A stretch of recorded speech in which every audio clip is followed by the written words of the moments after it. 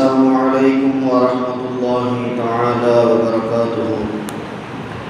إن الحمد لله نحمده ونستعينه ونستغفره ونؤمن به ونتوكل عليه ونعوذ بالله من شرور أنفسنا ومن سيئات أعمالنا. من يهده الله فلا مضل له ومن يضلله فلا هادي له. ونشهد أن لا إله إلا الله وحده لا شريك له ونشهد أن محمدا عبده ورسوله.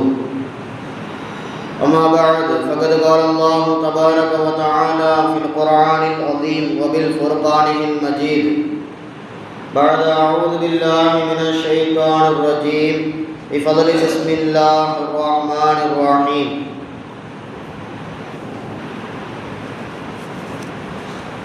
قل يا عبادي الذين أسرفوا على أنفسهم لا تقنطوا من رحمة الله إن الله يغفر الذنوب جميعا إنه هو الغفور الرحيم.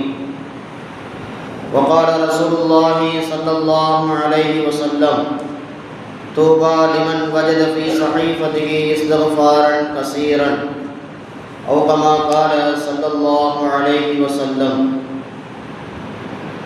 எல்லா புகழும் புகழ்ச்சியும் நம்மையெல்லாம் முஸ்லிம்களாக முஃமினாக படைத்து மேலும் கண்மணி நாயகம் ரசூலுல்லாஹி ஸல்லல்லாஹு அலைஹி வஸல்லம் அன்னவர்களின் உம்மத்திலே ஒரு அங்கத்தினராக ஒருவராக ஆக்கினானே. அப்படிப்பட்ட அல்லாஹ்விற்கு அனைத்து புகழும் உண்டாகட்டுமாக. அல்ஹம்துலில்லாஹ் அல்ஹம்துலில்லாஹ். அவனுடைய சாந்தியும் சமாதானமும் அளவற்ற கருணையும் கிருபையும் எம்பெருமானார் முஹம்மது முஸ்தபா ரசூலை கரீம் முஜ்தபா ஸல்லல்லாஹு அலைஹி வஸல்லம் அன்னவர்களின் மீதும் அன்னவர்களின் வாழ்க்கையை அடிபரலாமல் அப்படியே பின்பற்றி வாழ்ந்த உத்தம சத்திய சஹாபாக்கள், தாபிஈன்கள், தபா தாபிஈன்கள், வலிமார்கள், இறைநேச செல்வர்கள், சாலிஹான நல்லடியார்கள், குறிப்பாக இந்த அவையில் வந்து அமர்ந்திருக்கின்ற நம் அனைவர்களின் மீதும் இன்னும் வர இருக்கின்ற ஊரார்கள், ஜமாத்தினர்கள் அனைவர்களின் மீதும் அல்லாஹ்வினுடைய சாந்தியும் சமாதானமும் அளவற்ற கருணையும் கிருபையும் என்றென்றும் நின்று நடவட்டுமாக. ஆமீன் ஆமீன் யா ரப்பல் ஆலமீன். அன்பிற்கினிய அல்லாஹ்வின் நல்லடியார்களே,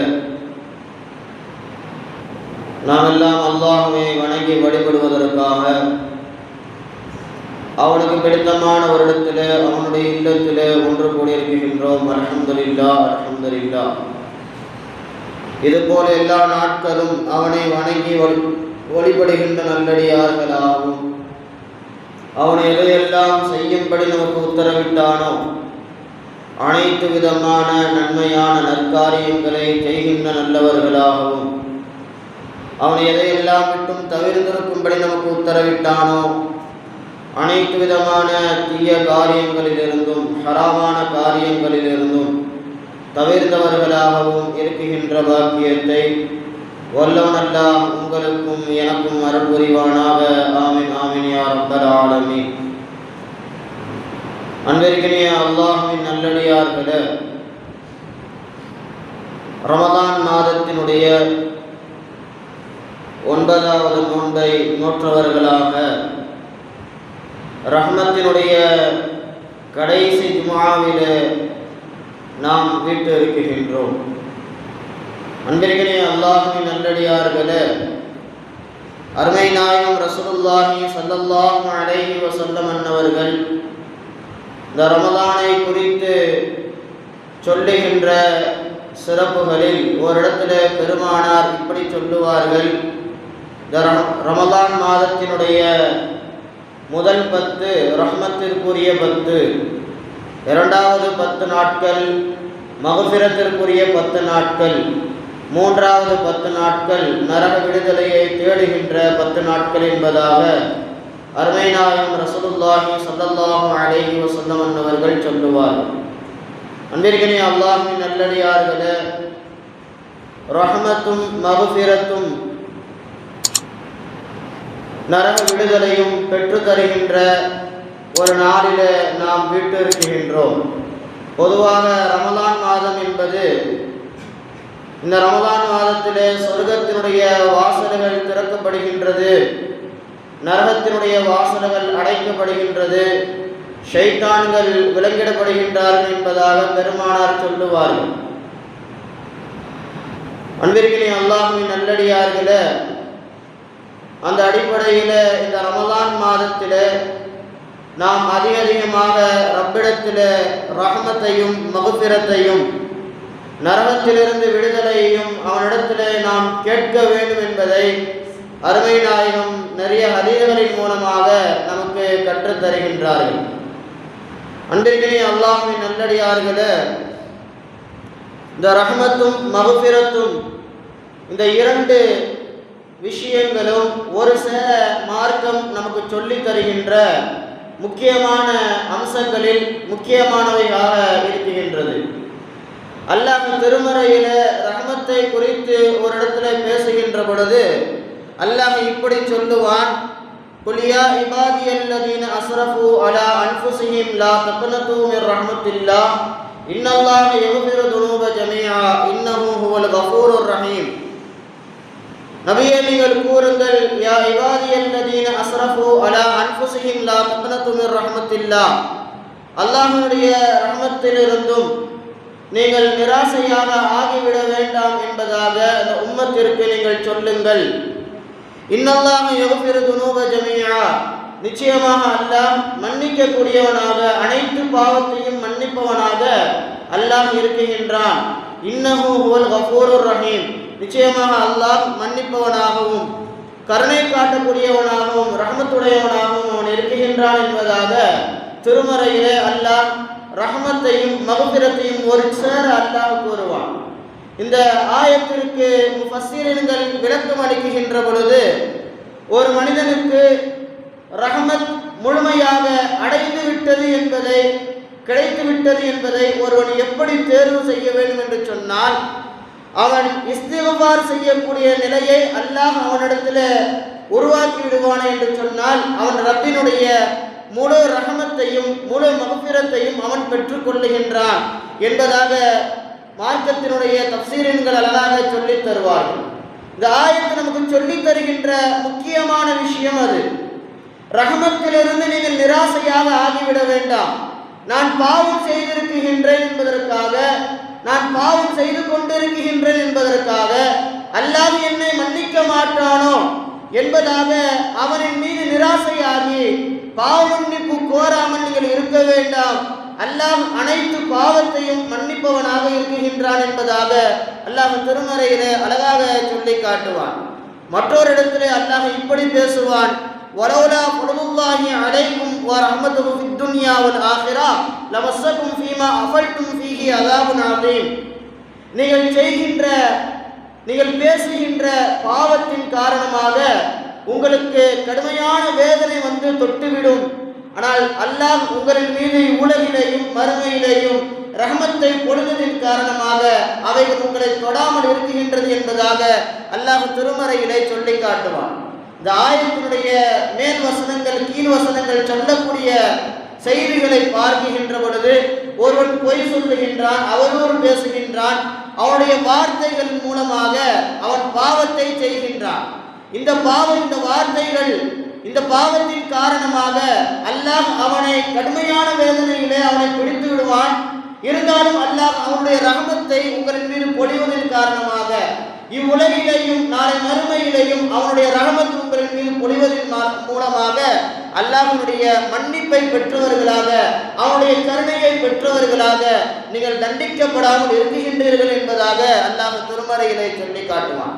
வெறுகினி அல்லாஹ்வின் நல்லடியார்களே, அப்ப ரஹமத் என்பது நம்முடைய வாழ்க்கையினுடைய முக்கியமான அம்சமாய், இந்த ரஹமத் என்பது நம்முடைய பாவ மன்னிப்பை முழுமையாக பெற்றுத்தரக்கூடிய ஒன்றாய், இந்த ரஹமத் என்பது நம்முடைய வாழ்க்கையை சீராக ஆக்குகின்ற ஒன்றாய், ரப்பிடத்திலே இணக்கமாக ஆக்கி வைக்கின்ற ஒன்றாய் இந்த ரஹமத் அருள் பலம் என்பது ரப்பிடத்திலிருந்து நமக்கு முழுமையாக கிடைக்கின்றது. அதனால்தான் இந்த ரமலான் மாதத்தில் முதலாக நாம் செய்ய வேண்டிய முக்கியமான முதல் பத்திலே பெருமானார் ரஹமத்தை வைத்தார்கள்.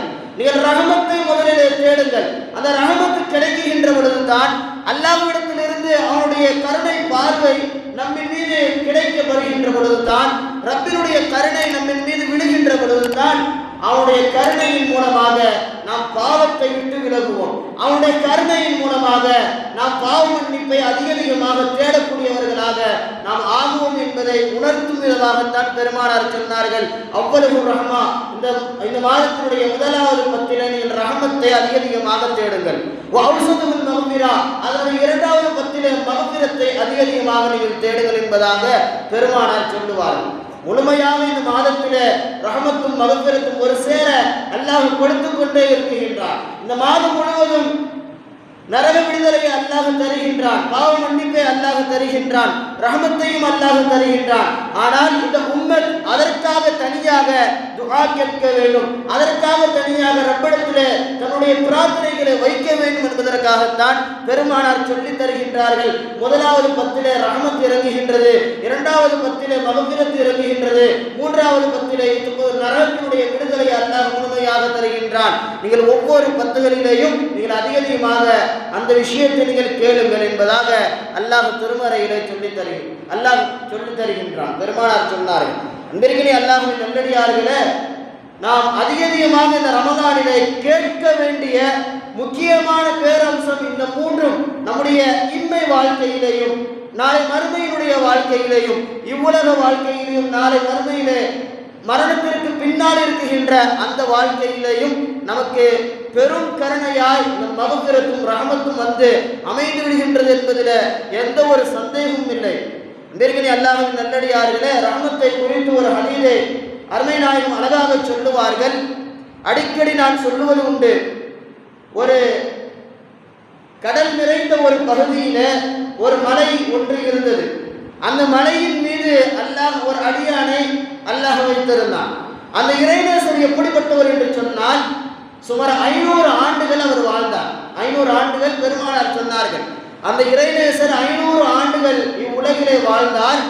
அந்த 500 ஆண்டுகளிலே அவர் அதிகமாக எல்லா நேரங்களும் ரப்பை வணங்கி வழிபட்டு கொண்டே இருந்தார். தன்னுடைய தொழுகையிலே அவர் கேட்கின்ற முக்கியமான துவா அவர் வைப்பார். நான் மரணிக்குகின்ற பொழுது சஜிதாவிலே நான் மரணிக்க வேண்டும் என்பதாக அவர் துஆ கேட்டுக்கொண்டே இருந்தார் என்பதாக பெருமானார் சொன்னார்கள். 500 ஆண்டு காலங்கள் முடிந்து அவர் மரணிக்குகின்றார்.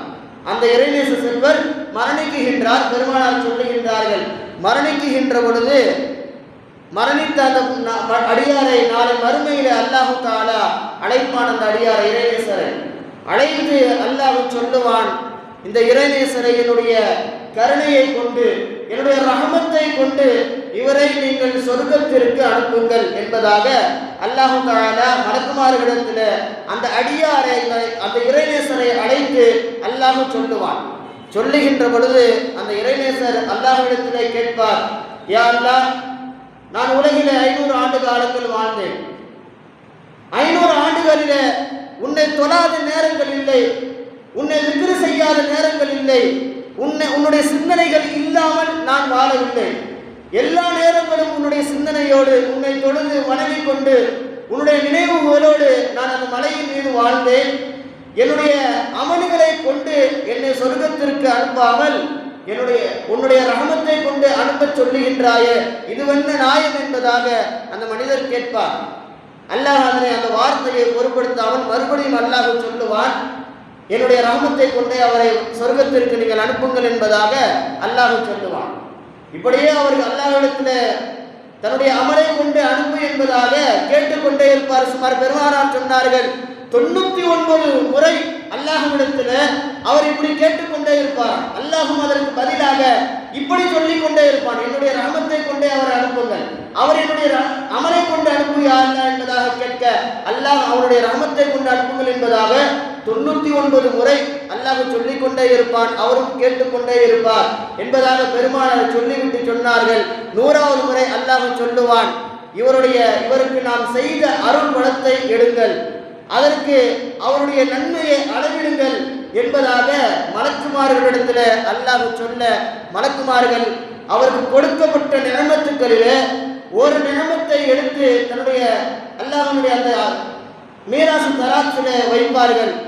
வைக்கின்ற பொழுது அந்த கண்ணினுடைய பார்வை, இந்த பார்வைக்கான அந்த பார்வை அல்லாஹ் கொடுத்ததற்கு அந்த அருள் படத்திற்கு அவர் செய்த 500 ஆண்டு காலத்தினுடைய நன்மைகளை அல்லாஹ் கணக்கிடுகின்ற பொழுது அந்த 500 ஆண்டு காலத்தினுடைய நன்மைகளும் இந்த ஒரு நேமத்திற்கு முழுமையாக தீர்ந்துவிடும். ஒரு கண்ணினுடைய பார்வை இருக்கு, ஒரு கண்ணினுடைய பார்வை இருக்கு. 500 ஆண்டு காலம் அவர் செய்த அனைத்து அமலும் சரியாக ஆகிவிடும். அடுத்த கண்ணை தராசிலே வைக்கின்ற பொழுது நன்மை இல்லாதவராய் அல்லாஹ்விடத்திலே கை செய்வதற்குரியவராய் அவர் நிற்பார். இந்த நேரத்திலே அல்லாஹ் சொல்லுவான், அவரை நீங்கள் நரகத்திற்கு அழைத்து செல்லுங்கள் என்பதாக சொல்லுகின்ற பொழுது அந்த அடியார் ரப்பிடத்தில் இறங்குவார், யா அல்லாஹ், நான் தவறு செய்து விட்டேன், உன்னுடைய ரஹமத்தை கொண்டே என்னை அந்த சொர்க்கத்திற்கு நீ என்னை அனுப்பு என்பதாக அந்த மனிதர் கேட்கின்ற பொழுது அல்லாஹ் அவரிடத்திலே ஒரு சில வார்த்தைகளை கேட்பான். நீங்கள் அந்த உலகிலே வாழுகின்ற பொழுது அந்த மலையின் மீது உங்களை யார் வைத்தது? எந்த ஒரு மனிதரும் இல்லாத ஒரு தீவான கடலினுடைய நடுப்பகுதியில ஒரு மலையின் மீது உங்களை அமர்த்தியது யார்? யா அல்லாஹ், நீதான். அவர் பதில் சொல்லுவார்.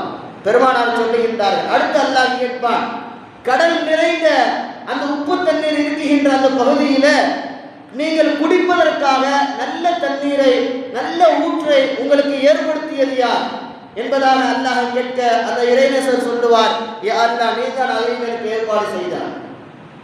அந்த தீவுகளுக்கு மத்தியில அந்த மலையில நீங்கள் உண்ணுவதற்காக வருடத்திற்கு ஒரு முறை காய்கின்ற மாதுளை பழத்தை ஒவ்வொரு நாளும் ஒரு பழத்தை உங்களுக்கு உண்ணுவதற்காக கொடுத்தது யார் என்பதாக அல்லாஹ் கேட்க அவர் சொல்லுவார், யா அல்லாஹ், நீதான் அதையும் எனக்கு கொடுத்தார். கடைசியாக அல்லாஹ் கேட்பான், இதையெல்லாம் இதற்கு பின்னால் அல்லாஹ் கேட்பான், நீங்கள் தொழுது தொழுது துவா கேட்டீர்கள் அல்லவா, சஜிதாவிலே நான் மரணிக்க வேண்டும் என்பதாக நீங்கள் கேட்டீர்களே, அந்த பாக்கியத்தை யார் உங்களுக்கு தந்தது என்பதாக கேட்கின்ற பொழுது அந்த இறைநேசர் சொல்லுவார், யா அல்லாஹ், அந்த பாக்கியத்தையும் நீ தான் தந்தாய். இப்படி நீங்கள் கேட்ட அனைத்தையும், நீங்கள் கேட்காதவற்றையும் உங்களுக்கு அருள் வழங்கலாக என்னுடைய புறத்திலிருந்து ரஹமத்தாக நான் தருகின்ற பொழுது அந்த ரஹமத்தை கொண்டு உங்களை நான் சொர்க்கத்திற்கு அனுப்ப முடியாதா? அதை நீங்கள் ஏன் விளங்கவில்லை என்பதாக அல்லாஹ் அவரிடத்திலே கேட்கின்ற பொழுது அந்த மனிதர் கை செய்வதற்குரியவராக அல்லாஹ்விடத்திலே அந்த இடத்திலே மன்னிப்பு கேட்பார். கடைசியாக என்னுடைய ரஹமத்தை கொண்டே அவரை நீங்கள் சொர்க்கத்திற்கு அனுப்புங்கள் என்பதாக ரப்பு சொல்ல அவர் சொர்க்கத்திற்கு அல்லாஹ்வுடைய ரஹமத்தை கொண்டே அனுப்பப்படுவார் என்பதாக அருமை நாயகம் ரசூலுல்லாஹி ஸல்லல்லாஹு அலைஹி வஸல்லம் அவர்கள் சொல்லுவார். நெருங்கிய அல்லாஹ்வின் நல்லடியார்களே, நாமும் அமல் செய்கின்றோம், ரமலானிலே அமல் செய்கின்றோம், மற்ற மாதங்களிலே அமல் செய்கின்றோம். நம்முடைய அமல் அல்லாஹ்விடத்தில் நாம் எதற்காக செய்கின்றோம்? சொர்க்கம் கிடைக்க வேண்டும் என்பதற்காக நாம் செய்கின்றோம். சொர்க்கம் கிடைக்கணும், நாளைக்கு நல்ல வாழ்க்கையை நாளை மறுமையிலே நாம் அடைந்து கொள்ள வேண்டும், சிராத்துல் முஸ்தகீமை லேசான முறையிலே கடந்துவிட வேண்டும், நரகத்திலிருந்து முழுமையான பாதுகாப்பை அடைந்துவிட வேண்டும், நாளை எந்த ஒரு கேள்வி கணக்குமின்றி சொர்க்கத்திற்குள்ளே நாம் நுழைந்து விட வேண்டும். இப்படி நிறைய ஆசைகள் நாம் நன்மையான காரியத்தை செய்வதற்கு, தொழுகையை தொழுவதற்கு நம்மிடத்தில் இருக்கின்ற காரணங்கள் ஏராளம். இப்படி நாளை மறுமையிற்கான ஏராளமான காரணிகள். இவ்வுலகிலே வாழுகின்ற பொழுது நாம் நல்ல வாழ்க்கையை வாழ வேண்டும் என்பதற்கான காரணிகள், அனைத்து விதமான காரணிகளையும் முன்வைத்து நாம் தொழுகின்றோம். ஆனால் இந்த ஹதீஸ் நமக்கு சொல்லி தருகின்ற முக்கியமான செய்தி, நம்முடைய அமல் என்றுமே நம்முடைய வாழ்வாதாரத்திற்கான உயர்வு அல்ல, அது உயர்வு அல்ல. அப்ப அமல் என்ன? நாம் விளங்கிக் கொள்ள வேண்டும். நாம் செய்கின்ற இந்த தொழுகை என்ன? நம்முடைய துஆக்கள் என்ன? அது நாம் தொழுகின்ற பொழுது, தொழுகை என்பது நம்மை படைத்ததற்காக நாம் அல்லாஹ்விடத்திலே நாம் செய்கின்ற நன்றி, அவ்வளவுதான். அல்லாஹ்வுக்கு நாம் செய்கின்ற மறு உபகாரம், நன்றியாக நாம் அவனுக்கு தொழுது கொண்டு இருக்கின்றோம். அந்த தொழுகையை கொண்டு நாம் ரப்பிடத்தில் வேண்ட வேண்டியது, நாளை ரஹமத்தான முறை உன்னுடைய ரஹமத்தை கொண்டே நான் அனைத்திலையும் வெற்றி பெற வேண்டும் என்பதாக கேட்க வேண்டும். அதைத்தான் இந்த ஹதீஸ் நமக்கு சொல்லி தருகின்றது. நம்முடைய அமல் நாளைக்கு அல்லாஹ் கொடுத்த ஒரு அருள் வளத்திற்கு கூட ஈடாக ஆகாது, ஒரு அருள் வளத்திற்கு கூட ஈடாக ஆகாது. பெருமானார் சொல்லுவார்கள், உலகில ஒவ்வொரு நாட்களும் 210 மேலான ரஹமத்தை அல்லாஹ் உலகில அனுப்பி கொண்டே இருக்குகின்றான் என்பதாக அருமை நாயகம் சொன்னார்கள். உலகில அல்லாஹ் தருகின்ற ரஹமத், ஒவ்வொரு ரஹமத்தையும் இந்த மனிதர்கள் முழுமையாக அடைந்து கொள்ள வேண்டும், அந்த ரஹமத்தை நீங்கள் முழுமையாக பெற்றுக்கொள்ளுங்கள் என்பதாக பெருமானார் சொல்லுவார்கள். இந்த உம்மத்தின் மீது அல்லாஹ் வழங்கியிருக்கின்ற இந்த அருள் வளம் என்பது அதை நாம் முழுமையாக பெற்றுக்கொண்டோம் என்று சொன்னால் நம்முடைய வாழ்க்கை சீரான வாழ்க்கையாக, நம்முடைய வாழ்க்கையிலே மகபிரத் பெற்றவர்களாக, நாளை மறுமையிலேயும் ரப்பினுடைய கோபத்தை விட்டும் ரப்பினுடைய பொருத்தத்தை பெற்றவர்களாக நாம் ஆகிவிட முடியும் என்பதற்கு இந்த ஹதீஸ் பெரிய சான்றாக அமைந்திருக்கின்றது. விரைவில் அல்லாஹ்வின் நல்லடியார்களே, அப்படிப்பட்ட முதல் 10 ரஹ்மத்தை நாம் கடக்க இருக்குகின்றோம். அடுத்து மகபிரத்தினுடைய 10 நாம் அடைய இருக்குகின்றோம். மகபிரத்தையும் நாம் கொஞ்சம் ஆராய்ச்சி செய்ய வேண்டும். மகபிரத்தையும் முழுமையாக நாம் பெற்றுக்கொள்ள வேண்டும். அல்லாஹ் திருமறை பெருமானார் நபி ஸல்லல்லாஹு அலைஹி வஸல்லம் அவர்கள் அழகாக சொல்லுவார்கள், தூபா லிமன் வஜத ஃபீ ஸஹீஃபத்திஹி இஸ்திக்பாரன் கஸீரன். நாளை மறுமையில ஒரு அடியார் தன்னுடைய வலது கையிலே தன்னுடைய பட்டோலையை வாங்கிக் கொள்ளுவார். வலது கையிலே தன்னுடைய பட்டோலையை வாங்கிக் கொள்வார். யார் அவர்? இஸ்திக்பாரன் கஸீரன். அதிகமாக உலகில இஸ்திக்பாரை அதிகமாக யார் செய்தாரோ அவருக்கு தன்னுடைய வலது கையில சொர்க்கத்தினுடைய பட்டோலையை அல்லாஹ் வழங்குகின்றான் என்பதாக அருமை நாயகம் ரசூலுல்லாஹி ஸல்லல்லாஹு அலைஹி வஸல்லம் அவர்கள் சொல்லுவார். அதே போன்று அல்லாஹ் திருமறையில ஒரு இடத்துல சொர்க்கவாசிகளை குறித்து, நல்லோர்களை குறித்து, முத்தகீன்களை குறித்து அல்லாஹ் பேசுகின்ற பொழுது அழகாக நிறைய சிறப்புகளை அல்லாஹ் சொல்லுவான். ஒவ்வொரு சிறப்பாக அல்லாஹ் சொல்லுவான். அதிலே ஒரு சிறப்பை அல்லாஹ் சொல்லுகின்றான். வபில் அஸ்ஹாரிஹிம் யஸ்தக்ஃபிரூன். அந்த நல்லவர்கள் யார்? அந்த நல்லவர்கள் எப்படிப்பட்டவர்கள் என்று சொன்னால், தங்களுடைய இரவு நேரத்தில், தஹஜ்ஜுடைய நேரத்தில் அவர்கள் எழுவார்கள். தஹஜ்ஜுடைய நேரத்தில் எழுந்து ரப்பிடத்தில் அதிகமாக இஸ்திக்பாரை தேடிக்கொண்டே இருப்பார்கள் என்பதாக அல்லாஹ் திருமறையிலே சொல்லி காட்டுகின்றான். இந்த இஸ்திக்பார் என்பது முக்கியமான ஒரு அம்சம். இன்னைக்கு நாம நிறைய கஷ்டங்கள் இருக்குகின்றது, அதற்காக நாம் ஓடிக்கொண்டே இருக்குகின்றோம். கஷ்டமில்லாத ஒரு வாழ்க்கையை அமைத்து தருவதற்கு இஸ்திக்பார் முக்கியமான அம்சம். எந்த ஒரு துன்பமும் துயரமும் இல்லாமல் நாம் வாழ்வதற்கு இஸ்திக்பார் முக்கியமான அம்சம். ஒரு பெரியாரிடத்துல ஒரு அடியார் ஒருவர் கேட்கின்றார், என்னுடைய வாழ்க்கையில நான் ரொம்ப என்ன பண்றேன், கஷ்டத்துல இருக்கிறேன், அந்த கஷ்டம் போவதற்கான ஒரு வழியை எனக்கு சொல்லித்தார்கள் என்பதாக ஒரு அறிஞரிடத்துல ஒரு மனிதர் கேட்கின்ற பொழுது அந்த மனிதர் சொல்லி தந்தார், நீங்கள் உங்களுடைய வாழ்க்கையை இஸ்திக்பாரை அதிகமாக செய்யுங்கள், அந்த இஸ்திக்பார் உங்களுடைய வாழ்க்கையை மாற்றும் என்பதாக சொல்லி தந்தார். இஸ்திக்பார் என்பது நம்முடைய வாழ்க்கையை முழுமையாக மாற்றும். நம்முடைய பாவம் மன்னிக்கப்பட ரப்பிடத்திலே நாம் பாவ மன்னிப்பு கேட்க கேட்க அல்லாஹ் அவனுடைய கருணையை நம்மின் மீது பொழிய ஆரம்பித்து விடுகின்றான். நபிமார்கள் எத்தனை நபிமார்கள் வந்தார்களோ அத்தனை நபிமார்களும் தங்களுடைய வாழ்க்கையில இஸ்திக்பாரை முக்கியமான அம்சமாக ஆக்கிக் கொண்டார்கள். அருமை நாயகம் ரசூலுல்லாஹி ஸல்லல்லாஹு அலைஹி வஸல்லம் இப்படி சொல்லுவார்கள், யா அய்யுஹன் நாஸ், மக்களே, தூபு இலல்லாஹ், அல்லாஹ்வின் பக்கம் நீங்கள் இஸ்திக்பாரை தேடிக்கொண்டே இருங்கள், தௌபாவை தேடிக்கொண்டே இருங்கள். ஃபஇன்னி அதூபு ஃபில் யௌமி இலைஹி மிஅத மர்ரா, நான் ஒரு நாளைக்கு 100 முறை அல்லாஹ்விடத்தில் இஸ்திக்பாரை தேடிக்கொண்டு இருக்கின்றேன் என்பதாக அருமை நாயகம் ரசூலுல்லாஹி ஸல்லல்லாஹு அலைஹி வஸல்லம் அவர்கள் சொல்லுகின்றார்கள். மிருகின் அல்லாஹ்வின் நல்லடியார்களை சிந்திக்க வேண்டும். இஸ்திக்பார் என்பது ரசூலுல்லாஹினுடைய வாழ்க்கையில எப்படி ஆகியிருக்கின்றது? நாம் நம்முடைய வாழ்க்கையில அனுதினம் ஏதாவது ஒரு தவறை செய்கின்றோம், ஆனால் இஸ்திக்பார் நம்மிடத்தில் இல்லை. நான் பெருமானாருடைய வாழ்க்கை, அல்லாஹ் முன்பின் பாவங்கள் மன்னிக்கப்பட்டவர், ரஹமத்திற்குரியவர், இப்படி பல சிறப்புகளை அருமை நாயகத்திற்கு அல்லாஹ் வழங்கியிருக்க அருமை நாயகம் செய்கின்ற முக்கியமான அம்சம், தன்னுடைய வாழ்க்கையில 100 முறையாவது பெருமானார் இஸ்திக்பார் தேடினார் என்று சொன்னால் நம்முடைய வாழ்க்கையில 100ஐ விட பல மடங்கு நாம் தேடுவதற்கு கடமைப்பட்டவர்களாக நாம் இருக்குகின்றோம் என்பதை நாம் உணர வேண்டும். இந்த இஸ்திக்பார் நாம் சரியாக செய்கின்ற பொழுது அல்லாஹ் நம்முடைய வாழ்க்கையை முழுமையாக மாற்றுவான். அருமை நாயகம் ரசூலுல்லாஹி ஸல்லல்லாஹு அலைஹி வஸல்லம் அவர்கள் சொன்னார்கள், யார் தன்னுடைய வாழ்க்கையில இஸ்திக்பாரை வழக்கமாக ஆக்கிக் கொண்டாரோ அவருக்கு அல்லாஹ் 3 விதமான சிறப்புகளை அல்லாஹ் தருகின்றான்.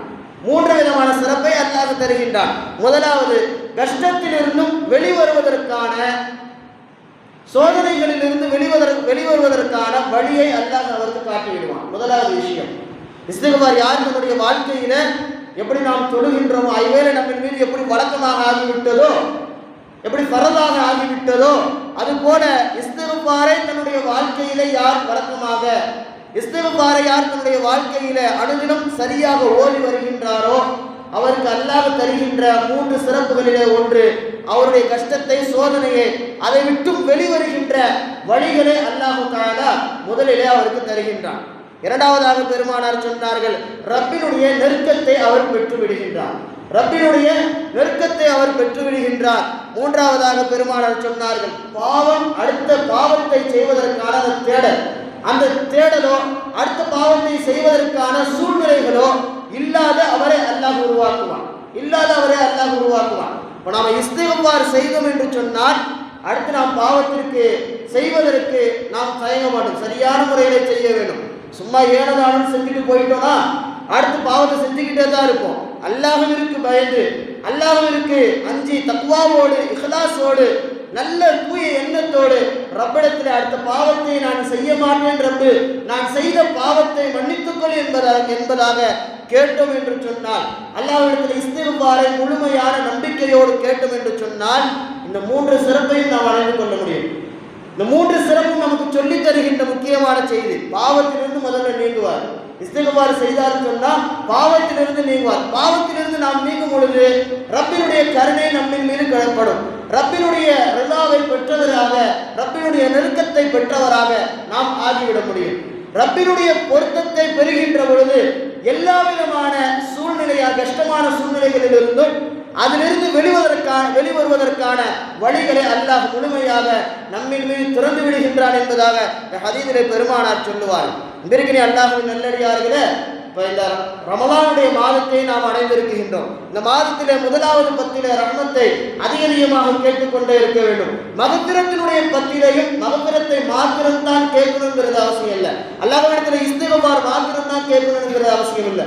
ரஹ்மத்தையும் ரப்பிடத்தில் கேட்கலாம். அதனால்தான் பெரியார்கள் நமக்கு அழகாக சொல்லி தந்தார்கள். முதலாவது பத்திலே இப்படி துஆவை கற்றுக் கொடுத்தார்கள், அல்லாஹும்ம ரஹம்னா யா அர்ஹமர் ராஹிமீன். இரண்டாவது பத்திலே அல்லாஹும்ம ஃபிர் லனா துனூபனா வ ஹதாயானா குல்லஹா யா ரப்பல் ஆலமீன். மூன்றாவது பத்திலே வயுத்துக்கும் மினன்னா, நரகத்திலிருந்து முழுமையான பாதுகாப்பிற்கான துஆக்களை பெரியார்கள் நமக்கு கற்று தந்திருக்கின்றார்கள். இன்றைக்கு அல்லாஹ்வின் நல்லடியார்களே, நாம் வாழுகின்ற இந்த வாழ்க்கையில முழுமையாக இந்த ரமலானை பயன்படுத்தி அல்லாஹ்விடத்தில் முழு இஸ்திக்பாரை தேடுபவர்களாக, நம்முடைய வாழ்க்கையிலையும் இஸ்திக்பாரை அதிகமாக தேடக்கூடியவர்களாக நம்முடைய வாழ்க்கையை நாம் அமைத்துக் கொள்வோம் என்று சொன்னால் ரப்பினுடைய ரஹமத்தை பெற்றுவிட்டோம் என்பதற்கு அதுவே பெரும் சான்றாக அமைந்து விடுகின்றது என்பதை திருமறையும் அருள்நபி ஸல்லல்லாஹு அலைஹி வஸல்லம் வாழ்க்கையும் ஹதீஸ்களும் நமக்கு சொல்லித் தருகின்றது. அப்படிப்பட்ட ரஹமத்தையும் மக்ஃபிரத்தையும் நரகத்திலிருந்து விடுதலையும் முழுமையாக பெறக்கூடியவர்களாய் வல்லோன் அல்லாஹ் நம் அனைவருக்கும் ஆஃபியத் புரிவானாக.